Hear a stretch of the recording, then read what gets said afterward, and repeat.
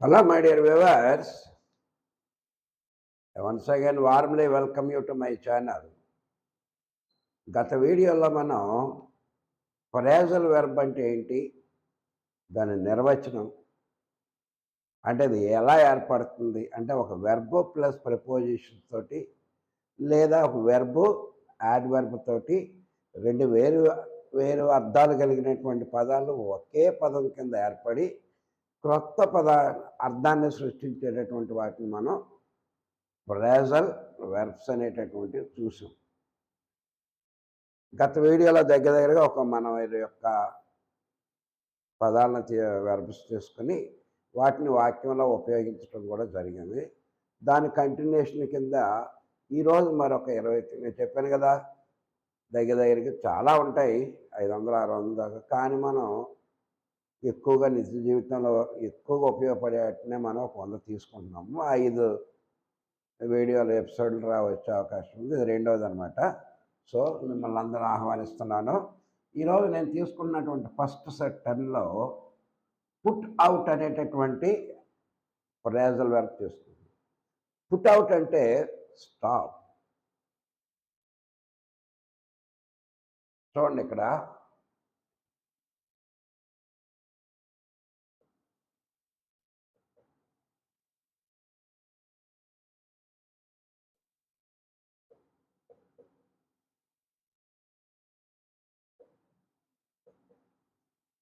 Put out the fire immediately.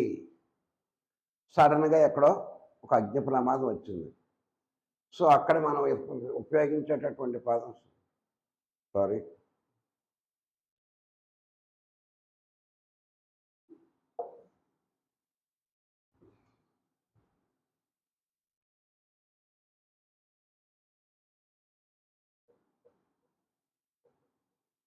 Put out the fire immediately.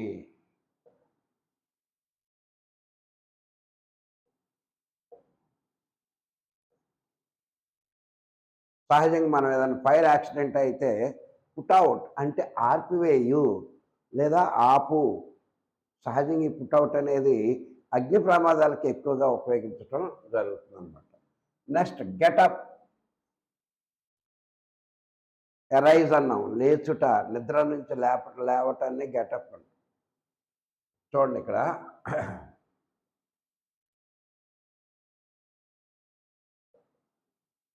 Get up early, తొందరగా లెగు. ఆర్ఎల్స్ లేని ఎళ్ళ we may miss the train. నాన్నగారు చెప్పుకుంటారు, రే పొద్దున్న లెగు, మనం ట్రైన్కి వెళ్ళాలి, కొంచెం లేట్గా లేసామంటే మాత్రం ట్రైన్ వెళ్ళిపోద్ది. సో గెటప్, నిద్ర నుండి లేగు. Cut down. కట్ డౌన్ అంటే డిక్రీజ్ చేయటం, తగ్గించటం, రెడ్యూస్ చేయటం, రెండు ఒకటే. డిక్రీజ్ అన్నా ఒకటే, రెడ్యూస్ అన్నా ఒకటే. Cut down. ద కంపెనీ, ఏదో company, want to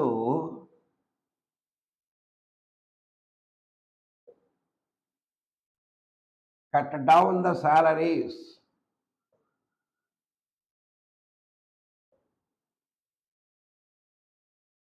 the company want to cut down the salary అంటే సహజంగా ఒక కంపెనీ లేదా ఒక ఫ్యాక్టరీ, ఒక ఏదైనా ఫర్ము, వాటిలో ఉండేటటువంటి వర్కర్స్ ఆ కంపెనీ నష్టాల వలన లేకపోతే వీళ్ళు సరిగ్గా చేయలేకపోవటం వలన they may take some decision. వాళ్ళు ఒక నిర్ణయం తీసుకోవచ్చు.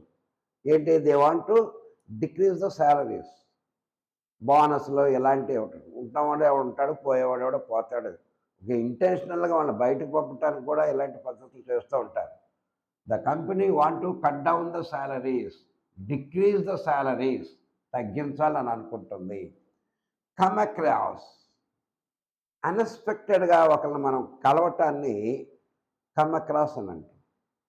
ఫర్ ఎగ్జాంపుల్, నా ఫ్రెండ్ ఎప్పుడో 10th చదివినోడు ఉన్నాడు, మేము ఎప్పుడో 70లో చదివాము, 72లో ఎప్పుడో.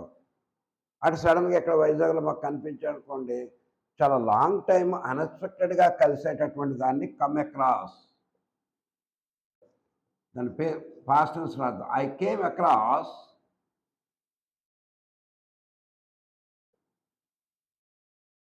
My boyhood friend.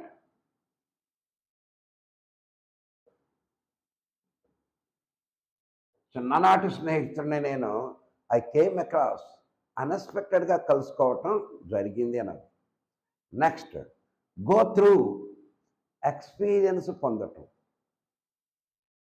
సహజంగా ఎక్స్పీరియన్స్ అంటే ఏంటంటే కాలం గడిచే కొందన, తర్వాత మన వయసు పెరిగే కొందన we will be getting so many experiences, how to lead life, how to behave in the society, సొసైటీలో ఎలా బిహేవ్ చేయాలి, మన జీవితాన్ని ఎలా నడిపించుకోవాలంటే ఎక్స్పీరియన్స్ వస్తుంది అనమాట. దాన్ని మనం ఏంటి go through. Every man will go through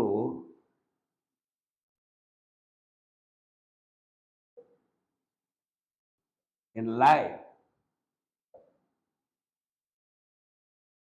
ప్రతి మనిషి కూడా తన జీవితంలో అనేక రకాలైనటువంటి ఎక్స్పీరియన్సెస్ను తను అక్రాస్ అవటం జరుగుతుంది, గెట్ త్రూ అవటం జరుగుతుంది అన్నమాట. Next, turn on.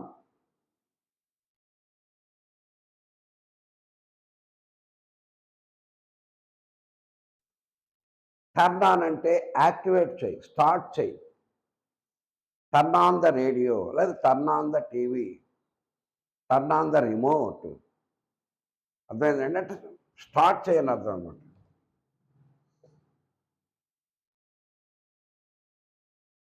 Turn on the radiator. ఆ బస్సులో కానీ కారులో కానీ ఒక ఫ్యాన్తో తిరుగుతూ ఉంటుంది కదా రేడియేటర్. అది radiator I think it is టర్బన్తో ఉంటుంది కనుక దాని turn on the radiator, turn on the engine.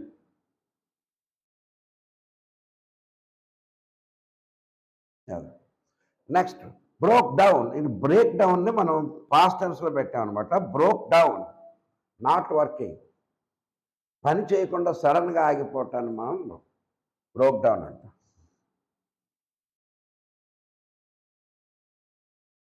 My car was broke down in the village. ఏదో పల్లెటూరు చూడటానికి వెళ్ళాము, my car was broke down. Broke down అంటే ఇరిగిపోయిందని కాదు. బ్రోక్ పాస్ట్ టెన్స్లో ఆ విధంగా తీసుకోకూడదు. పని చేయటం ఆగిపోయింది, ఏదో ఏ కారణం వల్ల. Next, take off. దాన్ని డిపార్చర్ అంటాం. ఆ స్టేషన్ని వదిలిపెట్టి వెళ్ళటాన్ని మనం డిపార్చర్ అంటాం, రావటాన్ని అరైవల్ అంటాం.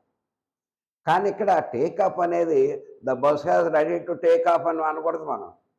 అంటే the bus to Hyderabad is ready to take off, Hyderabad వెళ్ళే bus ready to take off అని అక్కడ అనకూడదు. ఓన్లీ ప్లేన్స్కే. నిన్న దాంట్లో touch down, the plane is ready to touch down అంటే ల్యాండ్ అవటానికి రెడీగా ఉంది. ఇక్కడ ఏంటి, the plane is ready to take off, ఎగరటానికి సిద్ధంగా ఉంది. అక్కడ ఓన్లీ ప్లేన్కే ఉపయోగిస్తారండి దీన్ని, బాగా గుర్తుంచుకోండి. Take off.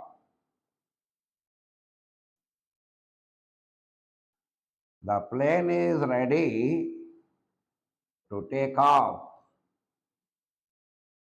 ఆఫ్లు అనేవి ఎప్పుడు కూడా డబుల్ ఎఫ్లు పెట్టుకోవాలి, అంతేగాని ఒకే ఎఫ్ పెట్టకూడదు. సి ఆఫ్, టేక్ ఆఫ్, ఇలాంటివన్నీ కూడా ఏదైనా సరే ఆఫ్ వచ్చినప్పుడు బాగా గుర్తుంచుకోవాలండి. Next, pickup. పికప్ కింద పడిపోయి ఉంటుంది, తీసి చేతికి అందించడం అనమాట, గ్యాదర్ చేయటం. Pick up the papers.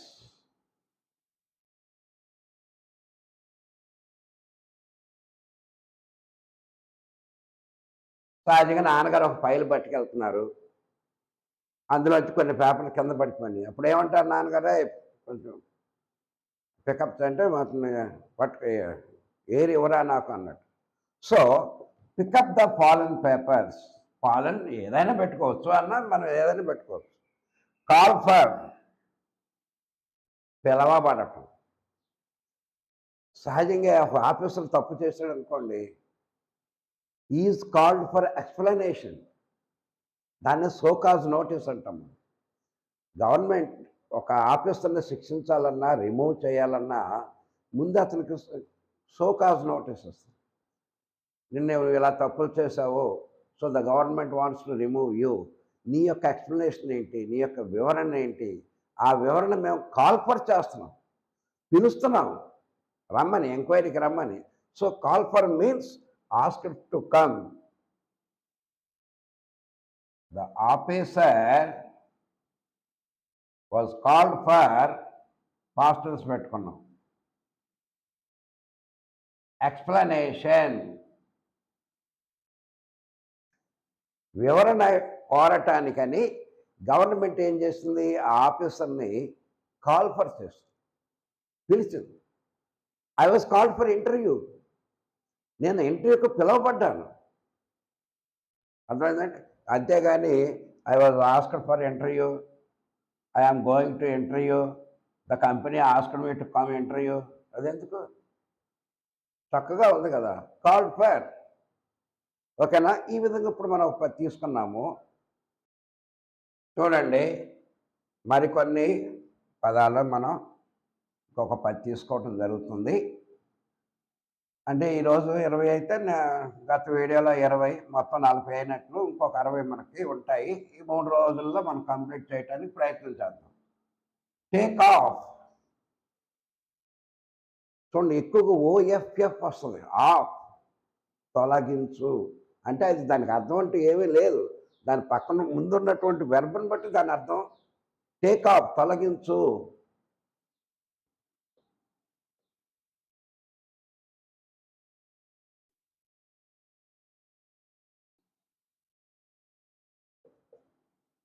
Take off your dress. ఒక దొంగని పోలీస్ స్టేషన్ తీసుకెళ్ళాలనుకోండి, ఫస్ట్ లైన్ చెక్ చేయండి, ఎక్కడ జేబుల్లో ఎక్కడ పెట్టాడు బంగారం. టేక్ ఆఫ్ యువర్ క్లోత్స్, బట్టలు తీసేయి అంటాం కదా. టేక్ ఆఫ్ యువర్ షూస్ అనొచ్చు. Take off your hat, take off your belongings, నీకు చెందినవన్నీ కూడా తీసేయి. Next, bring up. ఒక విషయాన్ని తెలియచేయటాన్ని bring up,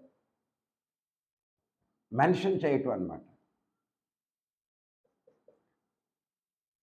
I want to bring up the issue to the officers. ఆ సమస్యని నేను ఆఫీసర్స్ దృష్టికి తీసుకెళ్ళాలనుకుంటున్నాను. ఇతని దగ్గర ఏదో ఇన్ఫర్మేషన్ ఏదో ఉండుంటుంది. You want to pass on to his higher authorities.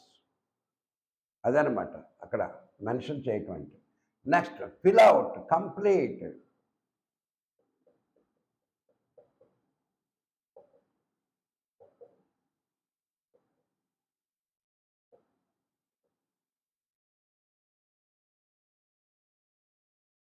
Fill out the work before you go.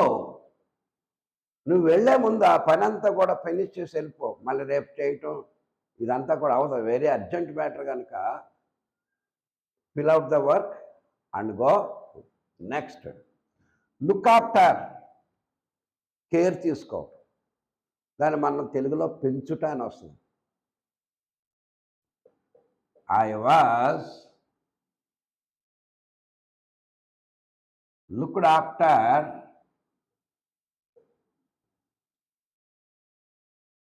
by my grandma.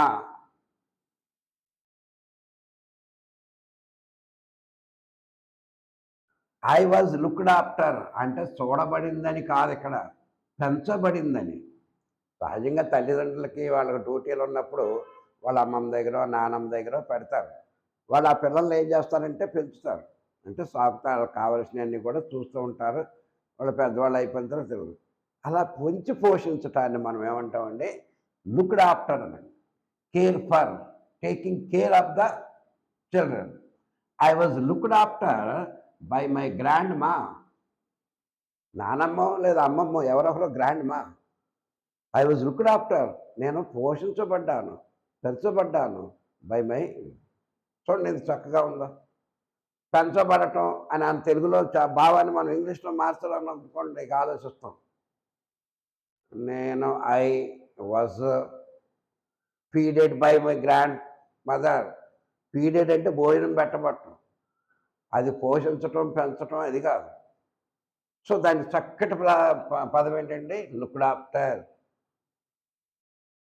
అర్థమైందండి. Next come up with. Come up with అంటే ఒక నిర్ణయం తీసుకోవటం.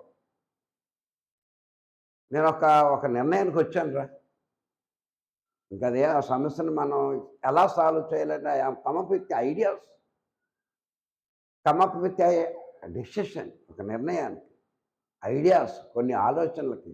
సో ఆ విధంగా దాన్ని మనం ఇక్కడ ద మేనేజర్ కేమ్ పెడదాం, పాస్ట్ టెన్స్ పెడదాం. కేమ్ అప్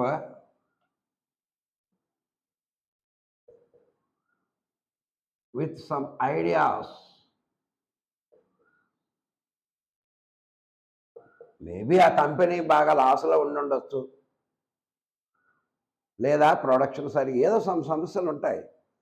ఇక అలా అక్కడ కూర్చొని ఆలోచిస్తూ ఉంటారు ఏం చేయాలని. అప్పుడు చెప్తాడు నాకు కొన్ని ఐడియాలు వచ్చినాయి, I want to come up with those ideas to develop the factory or firm or a company, anything.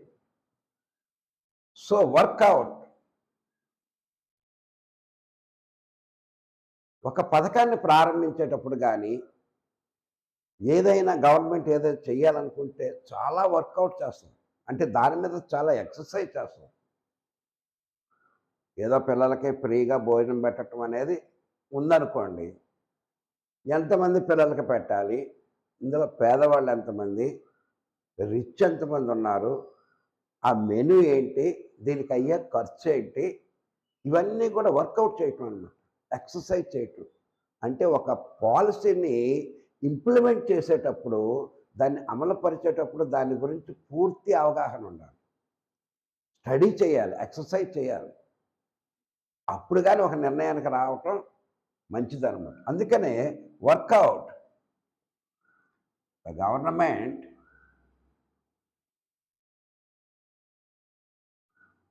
want to work out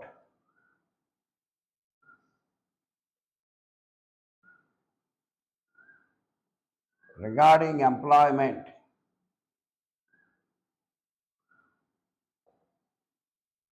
ఇది ఇట్స్ బర్నింగ్ టాపిక్. ఇది మన దేశంలో కాదు, ప్రతి దేశంలో కూడా ఈ అన్ఎంప్లాయ్మెంట్ అనేటటువంటిది ఉంది. నిరుద్యోగ సమస్య, పాపులేషన్ సమస్య, ఇల్లిటరసీ, అనేక సమస్యలు ఉంటాయి. మెయిన్ ఇది ఏంటిది, రిగార్డింగ్ అన్ఎంప్లాయ్మెంట్. ఇప్పుడు the government want to work out, దాని మీద పనిచేస్తుందని కదా అక్కడ అర్థం.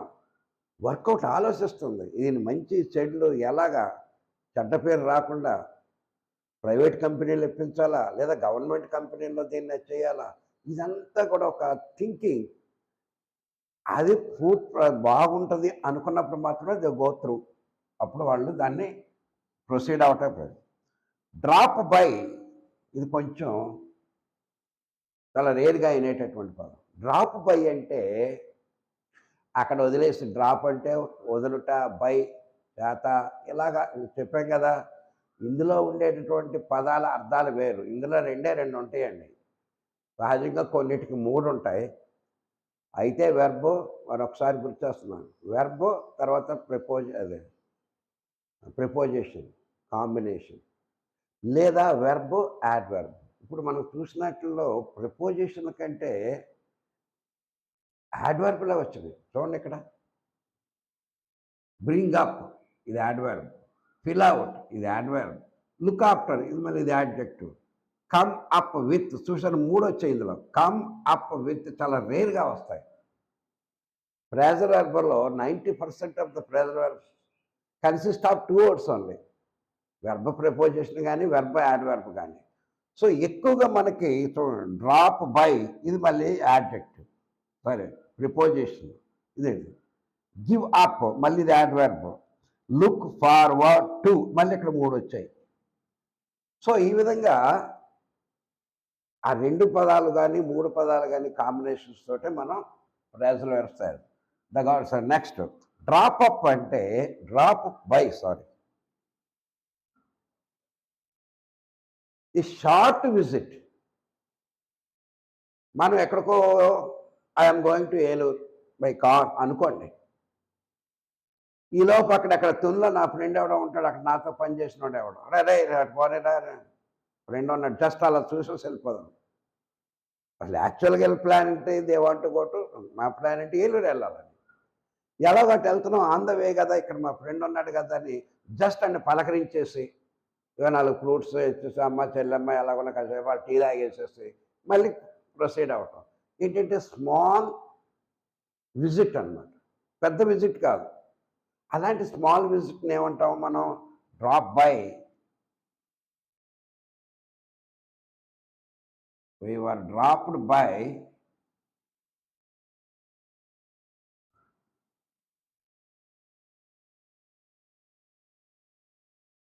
My friend at Tuni. నా ఫ్రెండ్ ఇంటికి నేను తునిలో ఉన్నటువంటి నా ఫ్రెండ్‌కి ఇంటికి చిన్న విజిట్. On the way. ఏంట్రా వెళ్తున్నా అంటే ఏలూరు వెళ్తున్నాను ఆన్ ద వే ఇటు ఎలాగో వచ్చాను కదా! నువ్వు ఉన్నా కదా! జస్ట్ చూసిపోతే "ఏ వద్దురా బాబు వాళ్ళదే ఫార్మాలిటీసే అంటారు. అన్నయ్య గారు ఉండిపోండి. పిల్లలు బాగున్నారా? ఈ నైట్ కొన్ని ఉండండి, రేపు ఉండండి అవి చూద్దురు." అమ్మా లేదమ్మా అర్జెంట్ పని మీద వెళ్తున్నాం. ఇది that is called drop by అంటే స్మాల్ విజిట్ చేయటాన్ని. Next give up.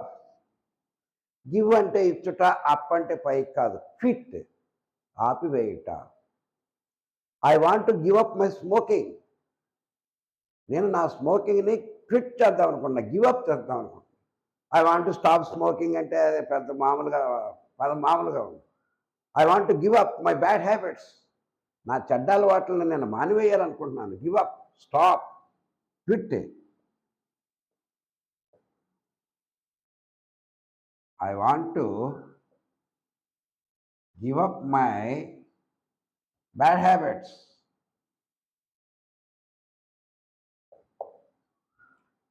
స్మోకింగ్ అనో, గ్యాంబ్లింగ్ అనో, ఇష్టం వచ్చినట్టు తిరగటం ఇలాంటివన్నీ కూడా they come under bad habits. I want to give up, quit. I want to stop my bad. దాని బదులు చక్కగా గివ్ అప్ అనేటటువంటి ఫ్రేజల్ వెర్బ్ మనం తీసుకోవటం. లుక్ ఫార్వర్డ్ టు ఎదురు చూస్తున్నాను. సహజంగా అందరూ చూసేది ఇదే. Fathers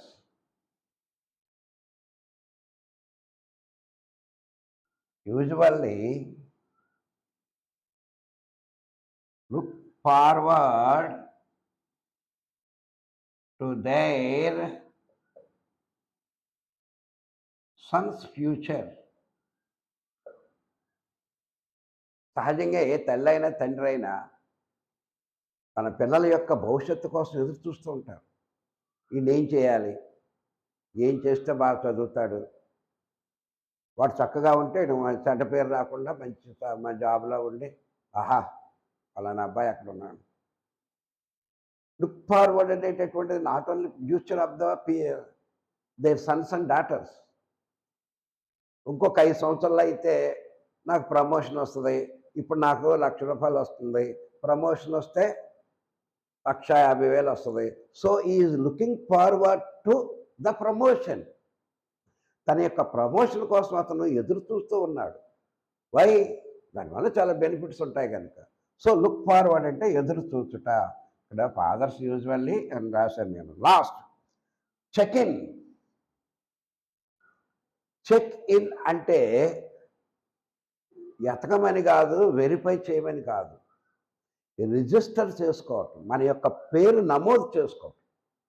suppose if you go to a lodge or a hotel or some other place, you want to register your name. ఆ రిజిస్ట్రేషన్ అంటే నీ యొక్క పేరును నమోదు చేసుకోవటాన్ని ఇక్కడ ఏమంటామని మనం చెక్ ఇన్, రిజిస్ట్రేషన్.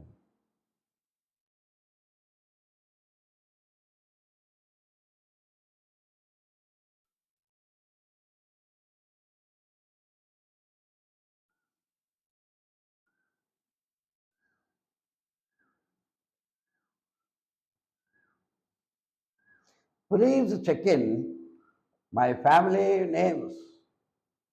ఏదో తిరుపతి వెళ్తాం, మనకు అక్కడ ఏదో మంచి కాస్ట్లీ హోటల్లో దిగాలనుకోండి, అక్కడికి వెళ్తాం, రిసెప్షనిస్ట్ దగ్గరికి వెళ్తాం, ప్లీజ్ చెక్ ఇన్, అది మా ఎంతమంది వచ్చాం, 6 వచ్చాం, రిజిస్టర్ చేసుకోండి, right down in your register.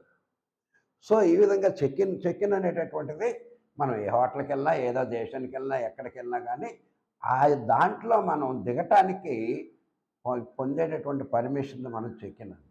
ఈ విధంగా మనం ఈరోజు 20 తీసుకోవడం జరిగింది.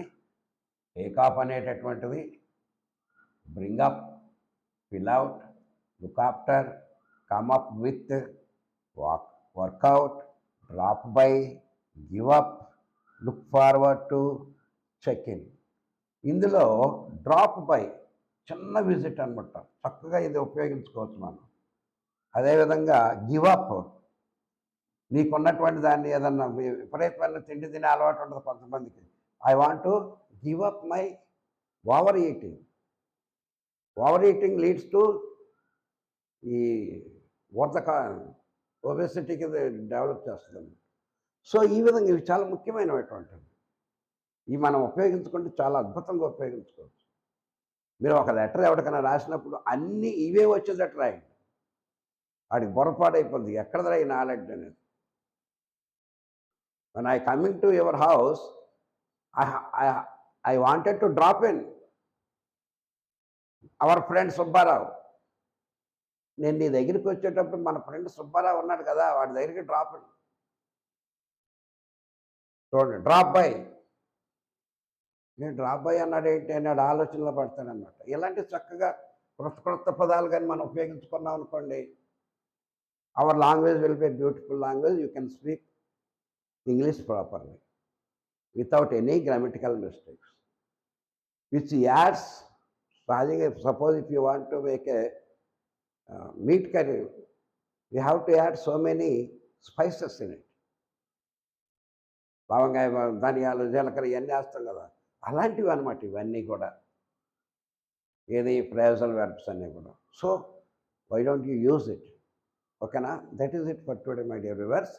ఇంకొక 3 వీడియోల్లో 3:26 తీసుకుని, ఇంకా కావాలంటే if you ask I will ready to give. Okay, thank you. Please subscribe.